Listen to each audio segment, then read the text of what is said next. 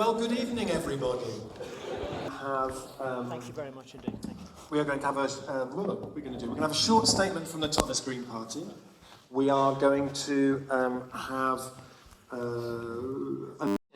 We'll be using proportional representation, so that won't be necessary. It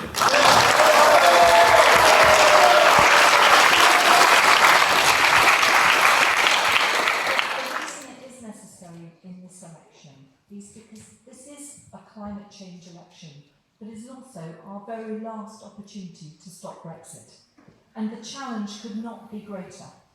We heard from Anthony that nations should work together. I agree. We should work together as part of the European Union.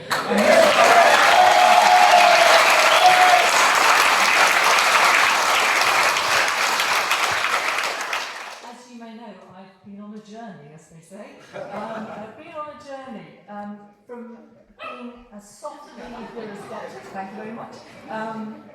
But during the course of the referendum campaign, sitting as chair of the Health and Social Care Select Committee, week in, week out, hearing remarkably consistent evidence about the harm that Brexit would do, any form of Brexit, to our NHS, to social care, to science and research, and to public health, and hearing from my fellow Select Committee chairs the profound damage that this will have, lasting for generations, and in particular, the profound damage it will cause to young people. I could not, in all honesty, continue, and I felt it was the right thing to do to say so. I believe absolutely that we are about to make a terrible mistake, and that we must do everything we can to stop it.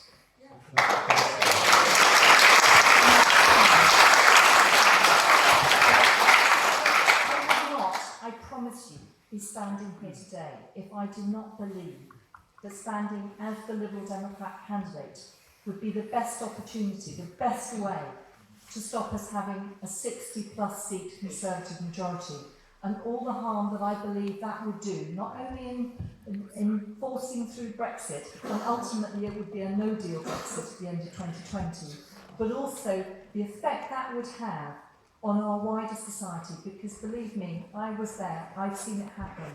This Conservative Party is more than a wolf in sheep's clothing. It would be profoundly damaging, and we must do everything we can to stop it.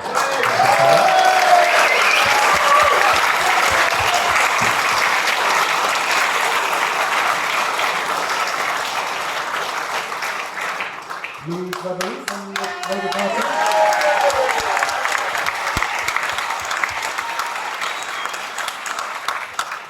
Thank you. Can you hear me okay? Is the mic? Yes, it is on. Okay.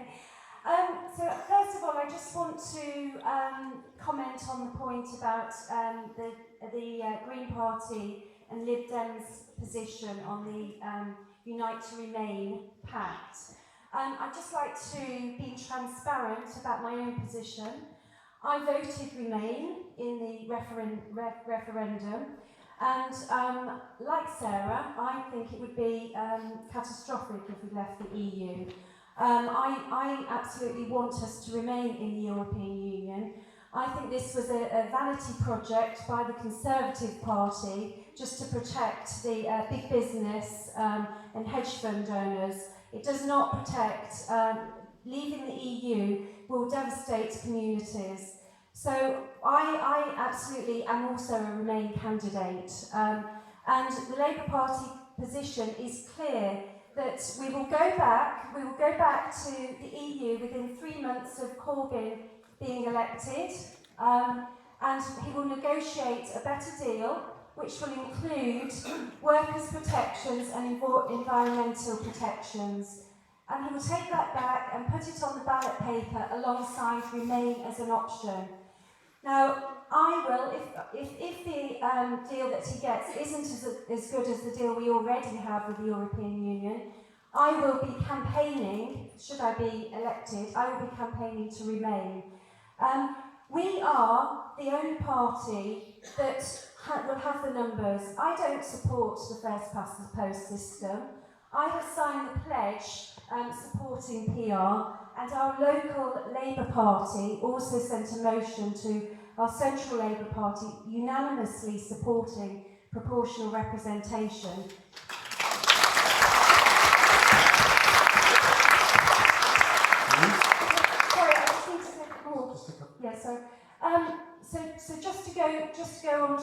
that's where I am on proportional representation. Reason why you should vote Labour, this is after all a meeting about climate. The Labour Party's policy, the Labour Party's Green New Deal is much closer to the Green Party's. We're going to decarbonise the economy by 2030, and we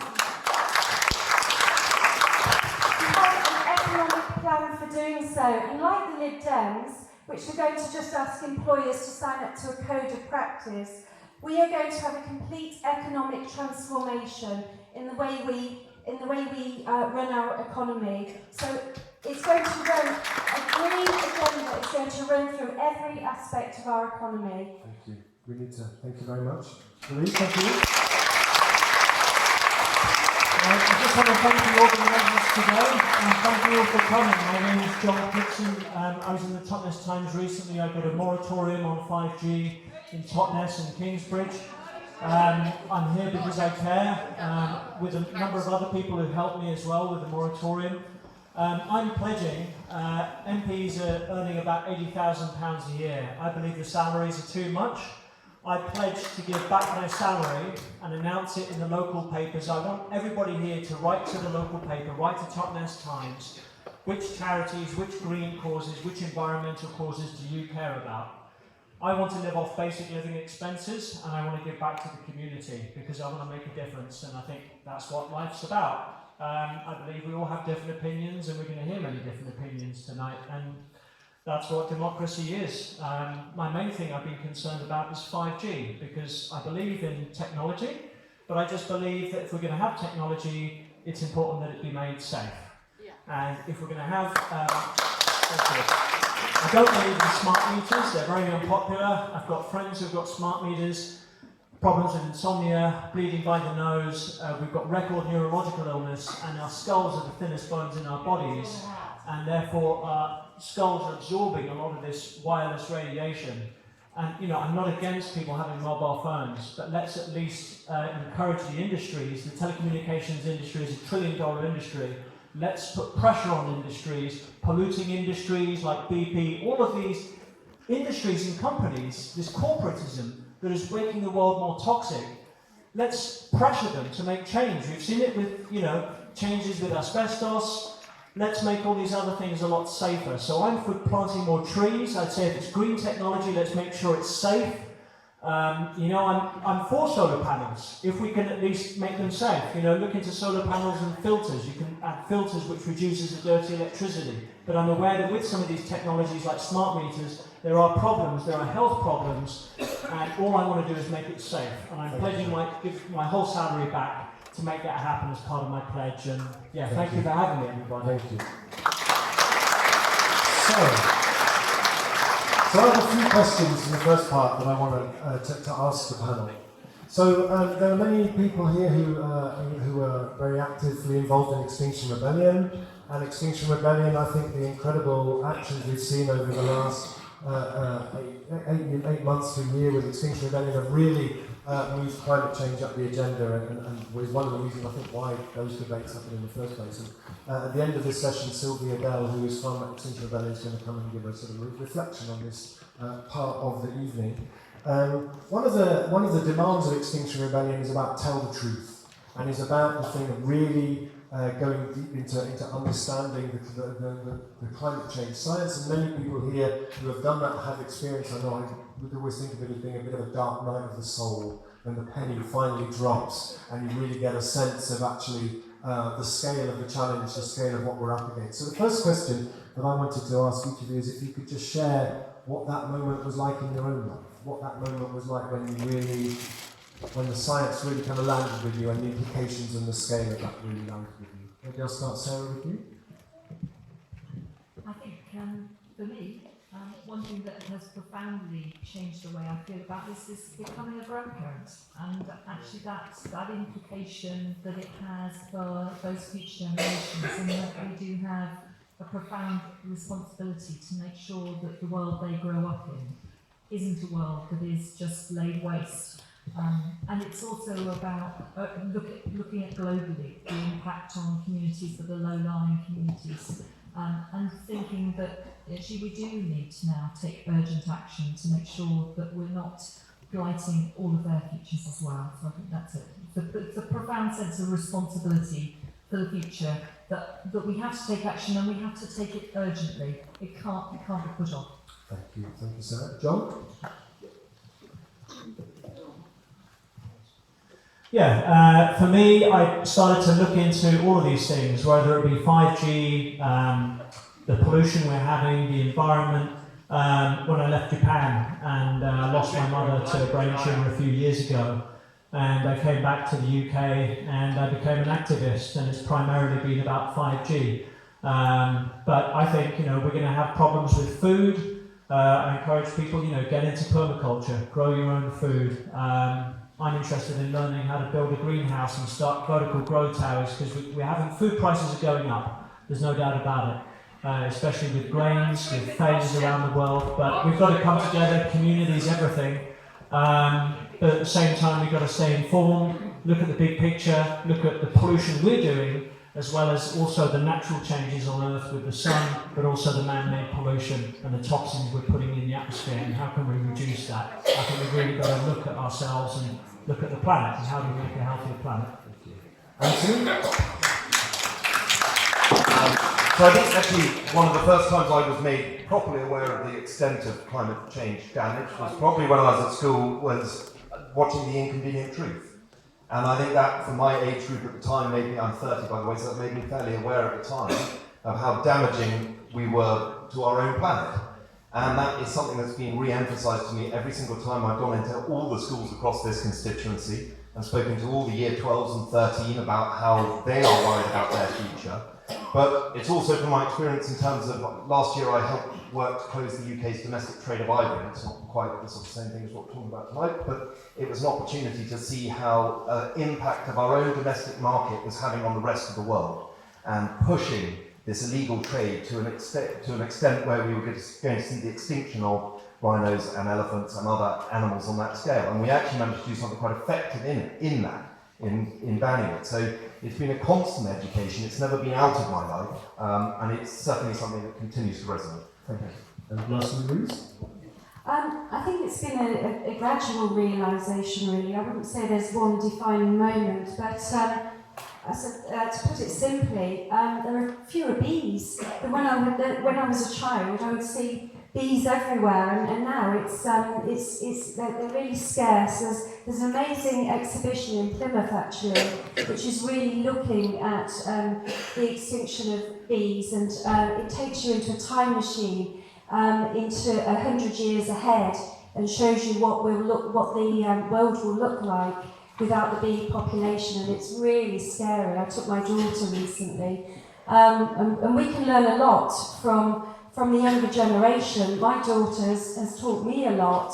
So I suppose it's the younger generation that's waking me up, but it's also the realisation that we can do things individually. I've got solar panels on my roof. I try not to consume too much.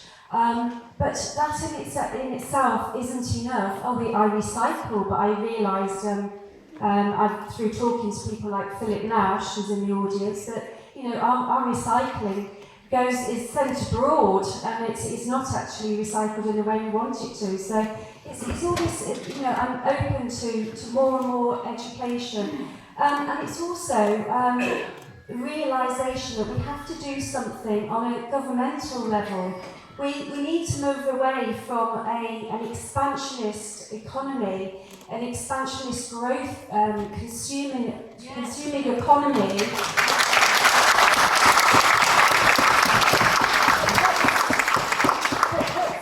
That puts profit and the polluters before people and planet. We have to move away from this neoliberal system, and those in the global south are really suffering because of what we have done in the first world. We started the Industrial Revolution. We have a duty to make the change first. Thank you very much.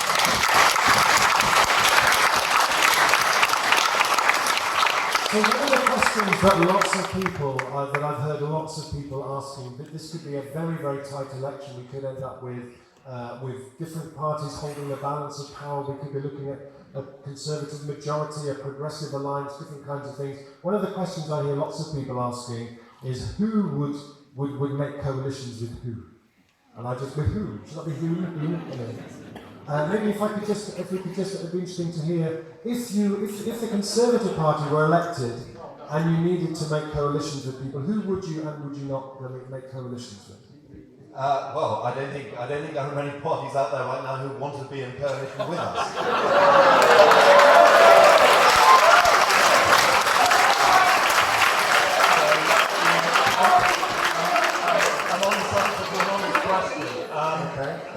But I think, if it is, when it does come to issues like climate change, and when it does come to issues that are as important as this, I would like to think that we could always find the opportunity to be able to work with anyone and to listen to the ideas that have been put through all the manifestos. Because if I may take one moment to say that having read all 3 manifestos of my counterparts on this table, there are some brilliant ideas in all of them. And there does need to be more of a push in that direction of looking at the consensus as to how we can tackle these issues. Yeah. And I'll put this up there. There, of course, are people out here who are not happy with what the Conservatives have done over the last 9 years, and there are, of course, people who are sceptical about our approach to climate change. But the only way we are ever going to get into the position of solving that is by doing cross-party consensus as to how we can achieve these things. Thank you very much. So Sarah, one of the main things that Jo Swinson has been doing in this election, she's been fielding a lot of flack about the previous time, the party went into coalition. I wonder, going into this one, is there a sense of who you would and who you wouldn't this time? Well, it didn't work out so well last time, did it, for the Liberal Democrats? The Liberal Democrats will not be going into coalition. And I think equally, they would not be going into a confidence and supply arrangement, because for that arrangement you need to agree the Queen's speech and you need to agree the budget.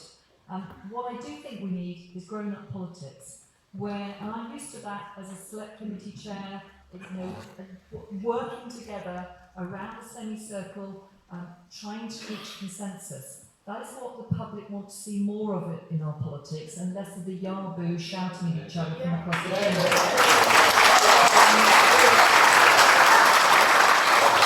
What the Democrats would do is work on an issue-by-issue basis. Of course, I know we are not going to be the majority party, so we're not going to be revoking Article 50. Had we managed to go with an absolute seismic change to be the majority party, from having 21 MPs at the time just before the election, that would have indicated such a seismic change that alongside a manifesto commitment, I think it was reasonable to have it there as an option. But that isn't going to happen. Therefore, what we have always been is a party that is backed a people's vote, and an unequivocal position of campaigning for Remain. So naturally, if any other party were in power and were, as a minority government, putting forward that, we would be supporting it, unequivocally so. And likewise, the point is that we need to be working constructively on a number of issues. I tried to do this over social care, for example, because I've seen an utter political failure. One side talking about dementia tax, another side talking about death tax, never getting any further on. And what's needed, as I say, is grown-up politics with people cooperating in the national interest. And that's what I assure you I would always do. Thank you.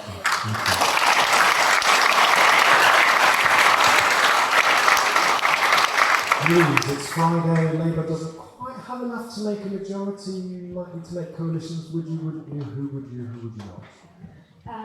We would work with whichever party shares our values: for social justice, fighting discrimination, tackling climate change. So if any of these parties want to come on board with our values, then we will work with them.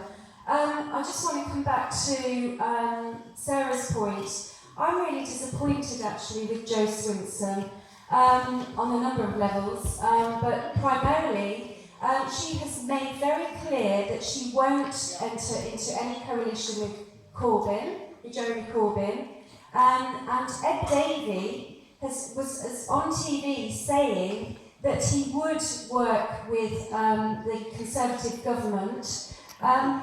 to work for people's vote. How does that work? How on earth does that work?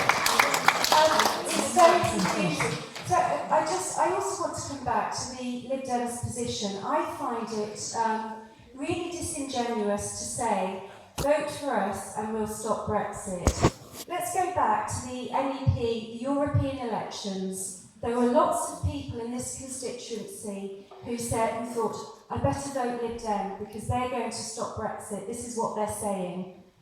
Okay, have we stopped Brexit? No, we haven't. So I think there's your answer. And the Lib Dem's position has changed. The Lib Dem's position has changed. First it was people's vote. Then it was revoke Article 50. And the Labour Party has got a very clear position on Brexit. It's got a very clear position, and the reality is, if you want a people's vote, it's only the Labour Party that will be able to deliver that for you. We will come on to Brexit actually, but if we in terms of coalitions... In terms of coalitions, I'd be very happy to work with whichever party shares the same values. At the moment, it's looking like the Green Party is closest to our values. You're elected as an MP for Totnes. You hold the balance in Westminster. Who do you put your weight behind?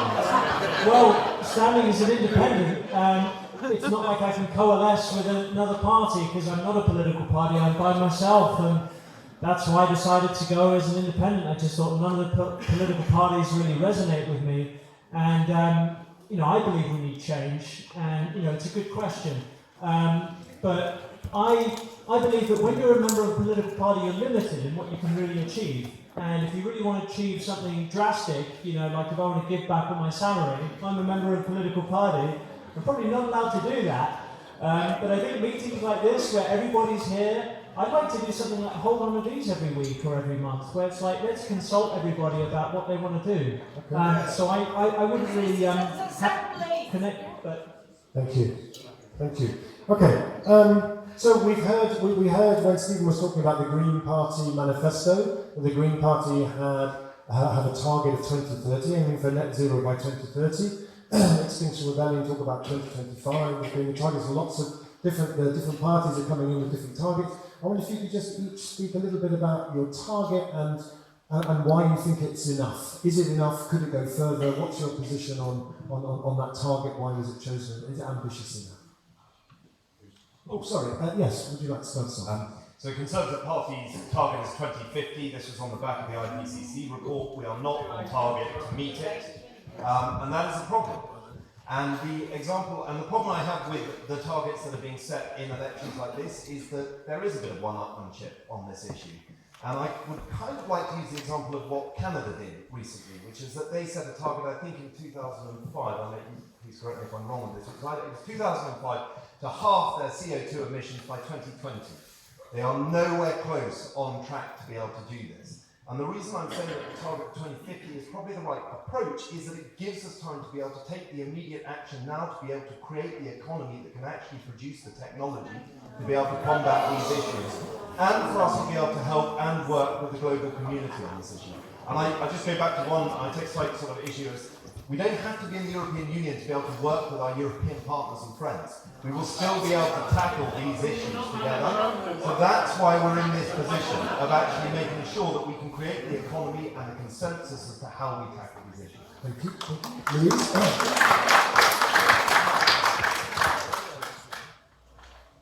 So the Labour Party's policy is to decarbonise the economy by 2030, which is the same as the Green Party, not the same as XR. If I were elected, I would push to try and get that target lowered, but I'm not going to lie in accordance with the one of the XR's demands, telling the truth. I could lie today and say, yes, we're going to bring it down to 2025, but that would be wrong to do that. That's our policy. How are we going to do that? We're going to invest 250 billion into a green transformation fund, which is going to create jobs in renewable industries. We're going to create offshore and onshore wind farms, and we're going to create enough solar panels, I understand, for 22,000 football pitches. I can't believe I remembered that figure. We're going to scrap petrol and diesel cars by 2030.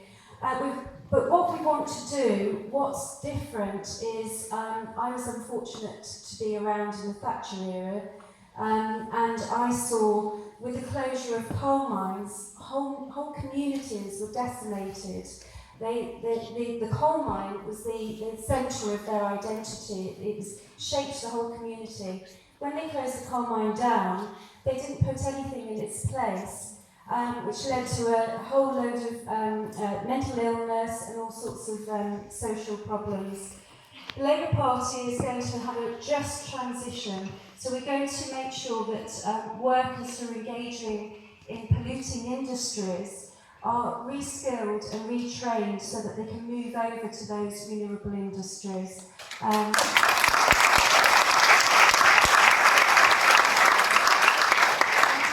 We also, as I said, going back to what I said earlier, this is a global issue. We can't be insular.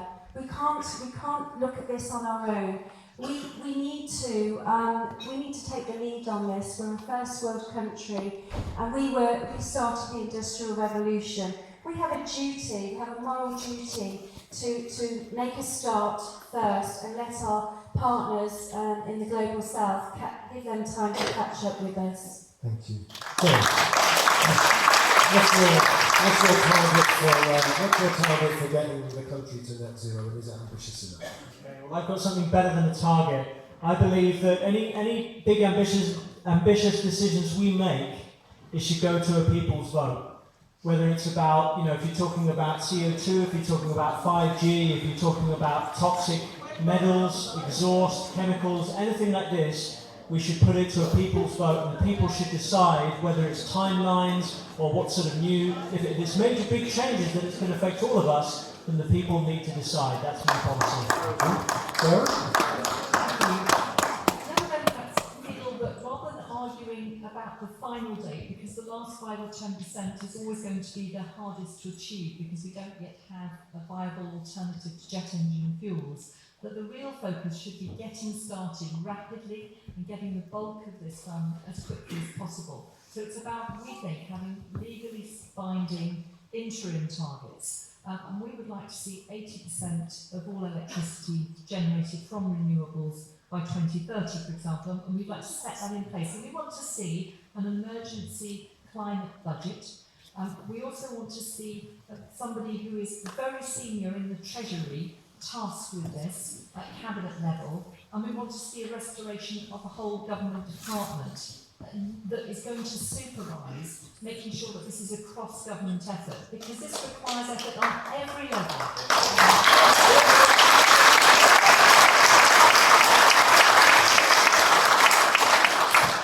Action in every aspect of our lives, about how we're generating electricity, how we are conserving it and using it, how we're travelling, how we're farming, and how we're greening our environment. And we want to see that done with climate justice. And I was very proud to be the first Select Committee Chair to commission and work alongside a Citizens' Assembly. And I think that having a Just Transition Commission and the use of citizens' assemblies are going to be really vital if we don't end up in the same situation as France found itself, with the sort of yellow vest movement backlash and taking us backwards rather than taking us forward with the urgency we need. Thank you.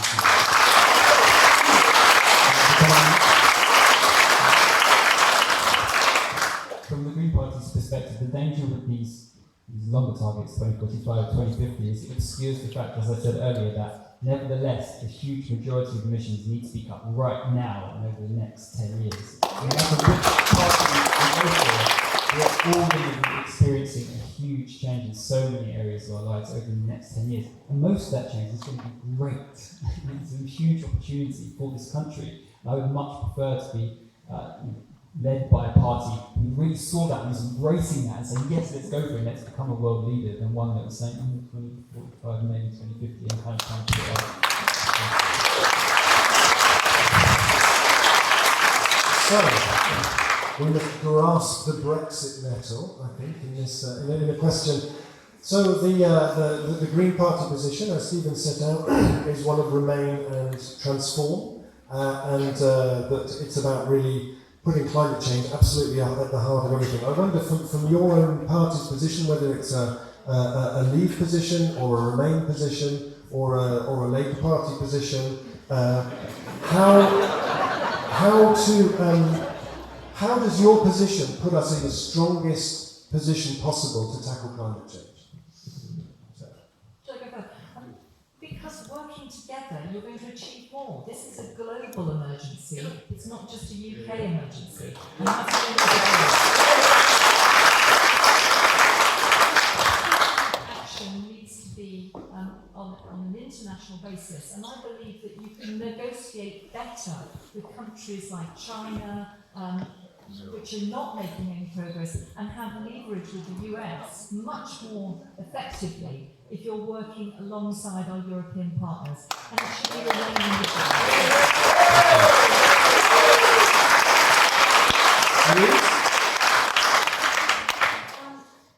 As I said, my personal position is that we should remain in the European Union, and I would support a remain and reform position also. I think we are stronger as being part of the European Union. I don't want us to turn into a horribly insular, parochial, inward-looking country, which would happen with Brexit. The reality is, though, that the people's vote can only be offered by the Labour Party, because we are going to be the only party that will get the numbers. I fully sympathise with the first past the post situation.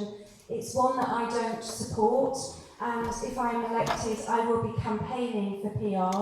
But as it stands at the moment, it is only the Labour Party that is going to be able to offer a people's vote.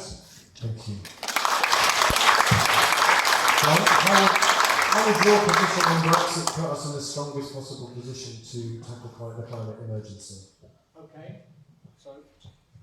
So I believe when you have a referendum, any referendum on anything, you need to respect the vote and just work with it in the best way possible. So we're going to have a challenge now making deals with other countries, but what I believe the best way forward is to reduce our reliance on services. So we've got this massive banking, financial sector in London. How about we empower our farmers more? How about we empower our agriculture? We actually start exporting more rather than importing so much. And we just start producing like we did, but there was a lot of demonisation of, you had the miners and just, we need to start producing and exporting more. Less of the big pharma, less of the banks, and we just need to start producing more food. And because we're going to have problems moving forward with food shortages. So, we need to be producing and exporting more. Anthony? Well, it won't surprise any of you that I believe that we have a huge opportunity in leaving the European Union. It is because, you've had 6 weeks to hear that, so I believe there is a huge opportunity in this country. Not because we were part of the European Union. It's all very easy for members on this panel. It's all very easy for people to sit on this panel and say, remain and reform. We've had 40 years of trying to do that, and it hasn't worked, which is why the British people voted to leave.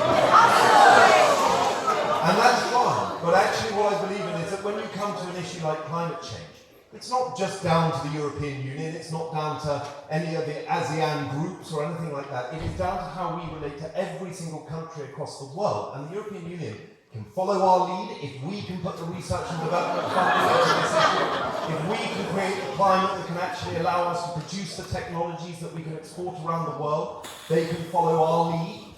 There is something about believing in what we can do in this country, and for me that is what Brexit's about. It's about believing that your taxpayers' money will be better spent by our own countrymen than bureaucrats in Brussels. So let's deliver on that.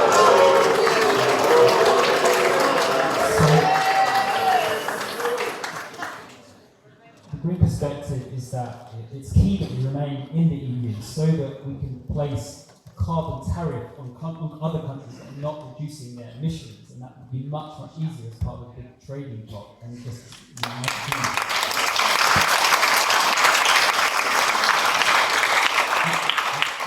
just a kind of personal feel.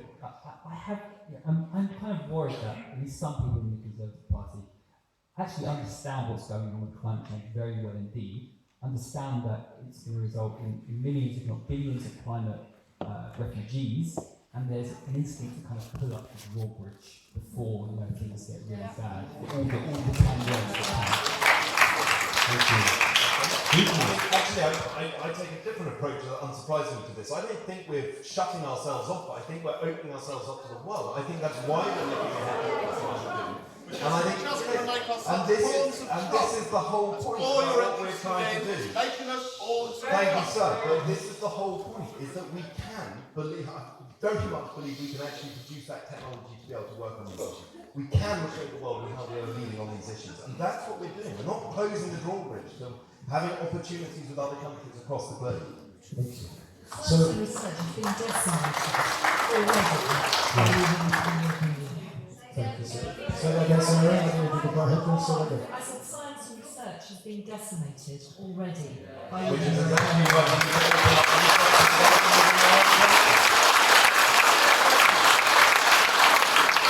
So we've now had about 10 years of austerity under the current government, which has led to 130,000 deaths linked to austerity. There are now more food banks in this country than there are outlets of McDonald's.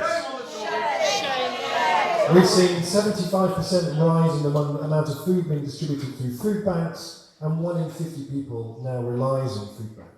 So one of the big strands in the Green Party manifesto is about a just transition, this idea that if we tackle climate change, it needs to be working and meeting the needs of the poorest people. I visited the most phenomenal place in France recently called Grand Sainte, where they have this amazing mayor who comes at climate change and saying everything that we do has to benefit the poorest people. They make all the public transport free in the city,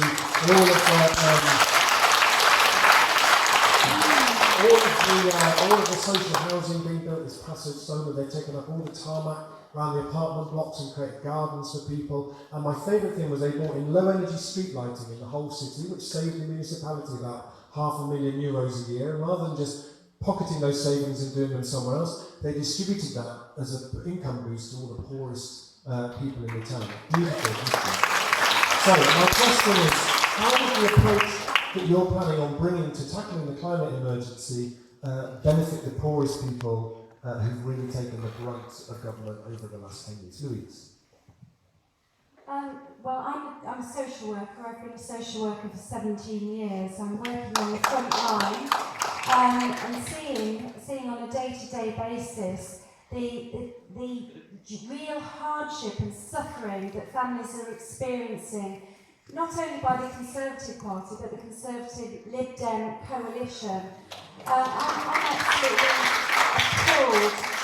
Is this the mark of a civilised society that we're seeing homeless people, we're seeing nurses having to go to food banks, we're seeing in-work poverty, universal credit?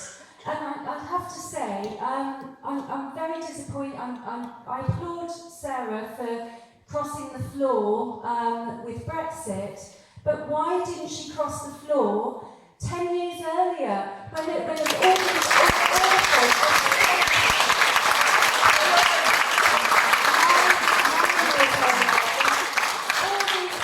awful austerity measures were put in place, were voted on. Sarah, you voted for all of the worst of the austerity measures. How can you do that?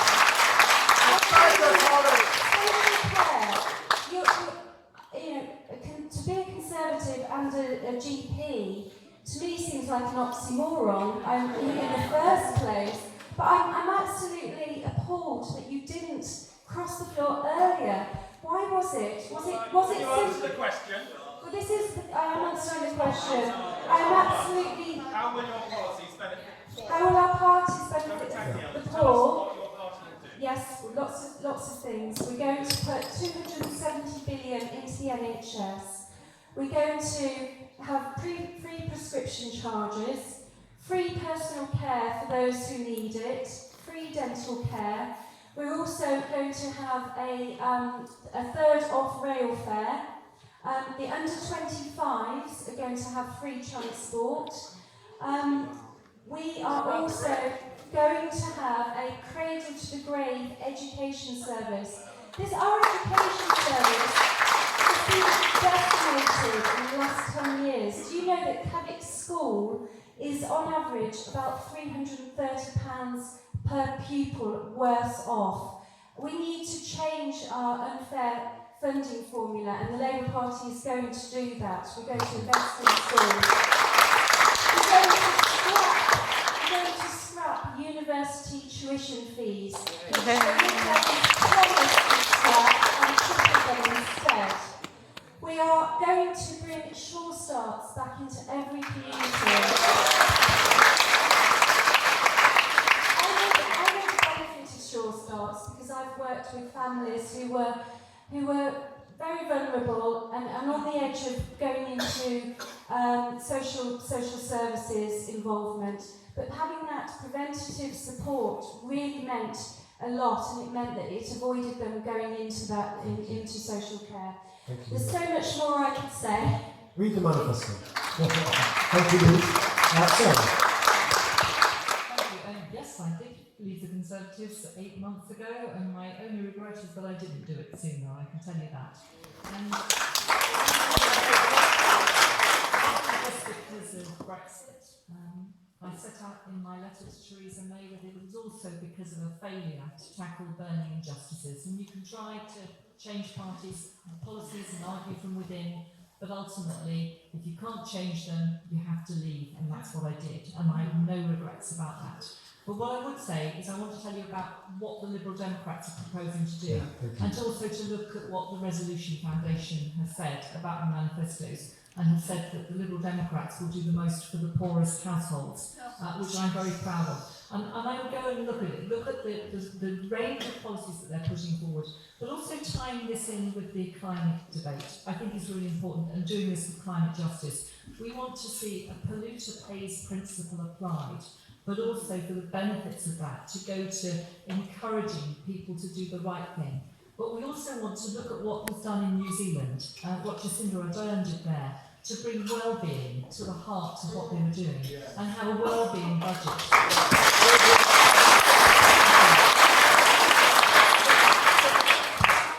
The climate emergency doesn't always feel like a dialogue about what you mustn't do, but about how we can lead healthier and more fulfilling lives within our communities. And I think, please go and have a look. The Liberal Democrats have released their full manifesto around climate change this weekend.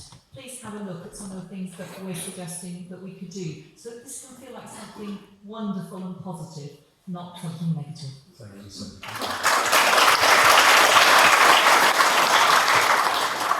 So I think in 2008 and 2009 the financial situation in this country was dire, and I think this country was on the brink, and we had to take the measures that have gone on for the last 9 years, and those are now coming to an end, and that required us to take some very stringent action. But that has come to an end in this manifesto and in this election, and what we can now do in this country. So actually, we want to put more money into our NHS, £34 billion. We want to put 14 billion into education. We want to raise the living. Excuse me. So the same question can be asked of the Labour Party. You can't even be bothered to put £58 billion into their manifesto. But if you're asking the question on this issue, the answering the question on this, if I may, is that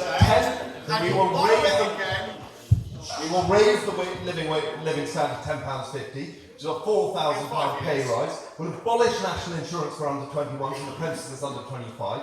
We'll create more jobs, an economy that works, puts more tax receipts into the Treasury, allows this country to thrive. It's all very well people going around saying that we can spend. That is not what our manifesto does. It was costed, balanced, and made sure that this economy thrives. And so if you're worried about the banks are the fact that they behaved appallingly in 2008. We all know they did. And this is the whole problem, is that we need to also make sure that we have an economy that thrives and works for everyone.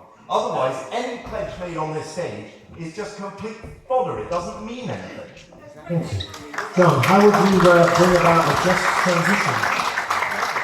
Well, I think to have a just transition, we need to look at the monopolies that are not paying tax. These huge companies like Amazon, Airbnb, they're acting like middlemen companies, not paying any tax. Meanwhile, small businesses, small family businesses are getting crushed.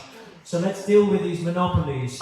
Let's lower bankers' salaries. Why are bankers getting paid like over 100,000 grand a year? Isn't that ridiculous?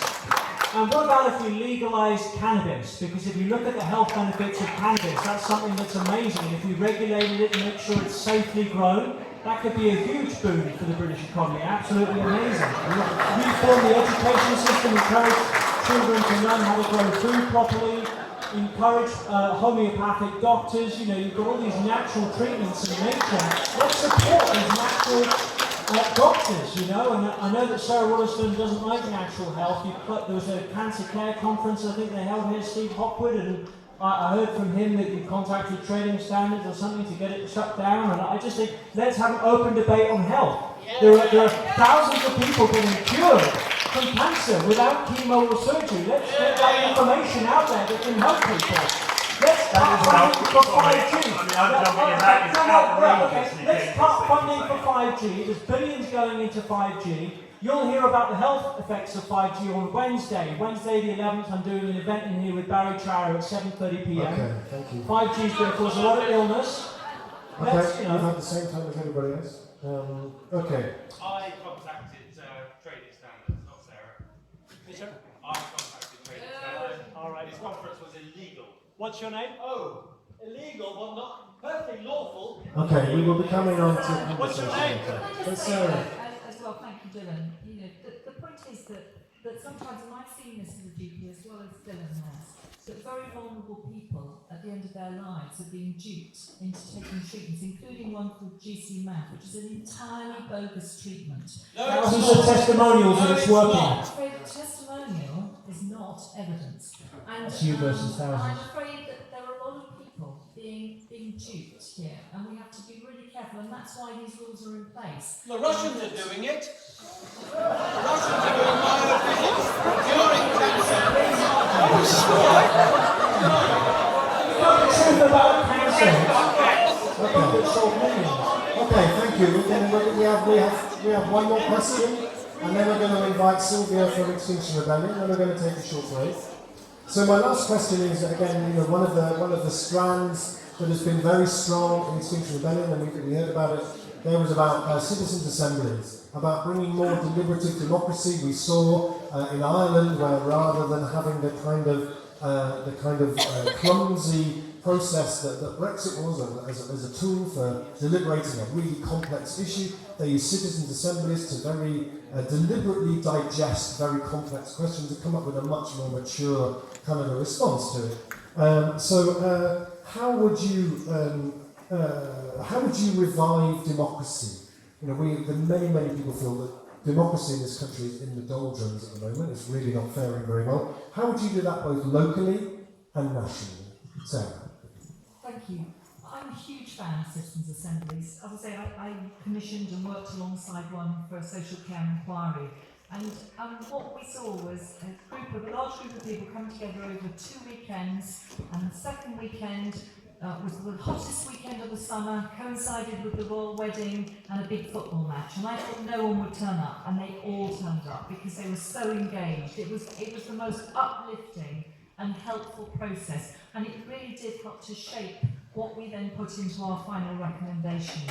So I'm a huge fan, and the Liberal Democrats have committed to setting up a national citizens' assembly, but also to making sure that they can happen at local level as well, because we know there needs to be a real devolution of powers to match. And we absolutely need to listen to citizens' assemblies, not to ask them whether or not there is climate change. That's not the question. It's about trying to formulate how we proceed with climate justice, and I think that's where they will play the most crucial role. So I believe that we should have local and national referendums on various issues. You know, I just don't think the government consults the people enough. MPs, you know, the government makes up their own mind. and meanwhile they're earning lots of money, you know, and I just think the people need to be consulted more often if we're going to live in a democracy. And, you know, I think the idea of a citizens' assembly where, you know, if people are coming together and really helping, I can see that is a positive, but I'm always concerned about who's going to appoint these individuals. You know, if you're going to have people, you know, massive salaries or bankers or people from monopolies or big corporations, we want to make sure that it's a democratic decision. And I just think the British public aren't consulted enough on various things, and we need people's referendums, we need people's votes. You know, like everyone here tonight, you know, we ask people, what do you want to happen in Totnes? And that's what I'm saying to people. You write into your local newspaper, what environmental cause do you care about? Each month I will pick an environmental cause, whether it's whatever it is. You know, please send it to the paper, say you like John Kitson, whatever, and I will donate to a different one every month. And I just think something like that is really great, and it's kind of giving the power back to the people, which I think is important. So one of the interesting things I've found about my 20 weeks of knocking on doors now is about localisation of politics. And I think the answer to globalisation is localisation. And I think it's about consulting. And I think to revive democracy, as you said in your question, we have to have a better level of engagement between politician and constituent to make sure that we're actually listening on the local issues. And I think, rather than go on the attack where it would be easy to do with across the last 9, 10, 20 years, I think we all know that there's that deficit in politics. So in my sort of instance, and what I want to do is make sure that we're actually reaching out the entire time, always consulting, always listening, holding town halls, having those discussions, allowing people to have the access to you to be able to make those comments and those issues, and make sure that I'm focusing on the local issues to my constituents that matter to them and fighting for their corner. So that's how I think you start, and it's going to take time, and it's going to be difficult. But we have to rebuild the trust, of course we do, and especially in my party, to help hand out the cause, but actually that's where we have to start, from grassroots levels, listening to one another, coming up and pressure, sort of seeing the whites of each other's eyes and having those conversations.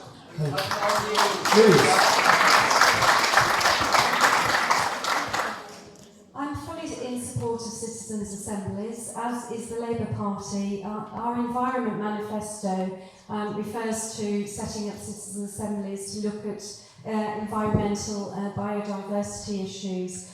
And I would, if I was elected, I would be very happy to set up a citizens' assembly here in this constituency. I think it's essentially, it sits very well with the Labour Party's values, bottom-up process to decision-making. I don't know if people know that all of our policy decisions are made at conference by the members. They're not made by the cabinet. Which is completely democratic, and I know that because I was there in September, and it was really